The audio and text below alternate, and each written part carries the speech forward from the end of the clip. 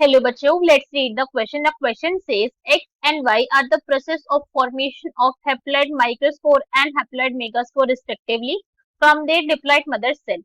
Each mother cell of microspore and megaspore produces 4 microspore and 4 megaspore respectively. How many microspore mother cell will produce 1000 microspores? So question हमसे यहाँ पे क्या बोला गया है कि एक होती है यहाँ पे हमारी मेगास्पोर मदर सेल, एक होती है हमारी माइक्रोस्पोर मदर सेल, दोनों के दोनों कैसे होते हैं, डिप्लॉयड होती है नीचे के अंदर। ये दोनों की जो दो मदर सेल है वो हैप्लॉइड गैमेट, हैप्लॉइड माइक्रोस्पोर्स और हैप्लॉइड मेगास्पोर की फॉर्मेशन करवाती हैं। जो यहाँ पे जो हमारे मेगास्पोर्स बन रहे हैं इसके बारे में हमें बताया गया, छोटी सी स्टेटमेंट हमें इस पैराग्राफ में गिवन है।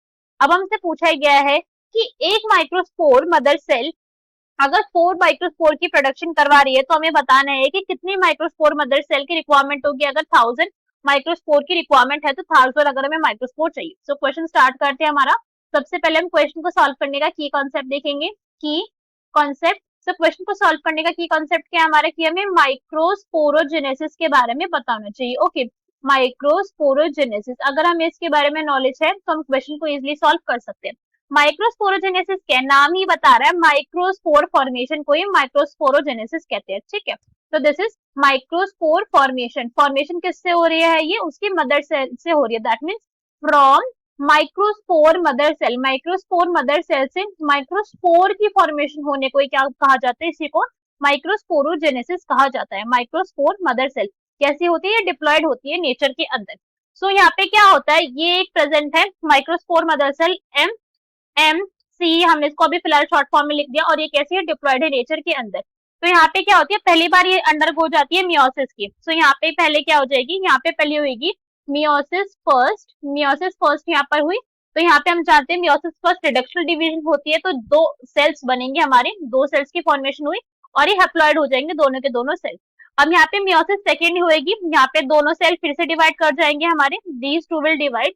और मियोसिस सेकंड कैसी होती है, मियोसिस सेकंड होती है हमारी इक्वेशनल डिवीजन। तो अब यहाँ पे जो सेल्स बनेंगे 1 2 3 4, यहाँ पे जो टोटल 4 सेल्स बने, चारों के चारों कैसे हो जाएंगे, हैप्लॉइड होंगे नेचर के अंदर। और ये चारों ही क्या है, these are actually the microspore. यही है क्या, माइक्रोस्पोर जो फॉर्म हुए हैं माइक्रोस्पोर मदर सेल से। तो एक माइक्रोस्पोर मदर सेल ने 4 माइक्रोस्पोर की फॉर्मेशन करवाई है। तो क्वेश्चन के अंदर अगर हमसे कहा गया था इफ वी रिक्वायर 1000 माइक्रोस्पोर, कितने चाहिए, हमें चाहिए 1000 माइक्रोस्पोर, तो कितनी मदर सेल की रिक्वायरमेंट होगी, ऑब्वियस सी बात है 1000 डिवाइडेड बाय 4, बिकॉज एक mother cell, as we know, 1 mother cell, जहाँ पे एक मदर सेल है वो कितने माइक्रोस्पोर की फॉर्मेशन करवा रही है, 4 माइक्रोस्पोर बन रहे हैं, राइट, उससे 4 माइक्रोस्पोर बन रहे हैं। तो सिंपल सा हमें 1000 को डिवाइड कर देना है किससे, 4 से। So it will give us a value of 250, right. So हमें कितने चाहिए, हमें 250 मदर सेल चाहिए अगर हमें चाहिए 1000 microspore. So our correct answer will be 250. I hope you understood the explanation well. Best of luck. Thank you.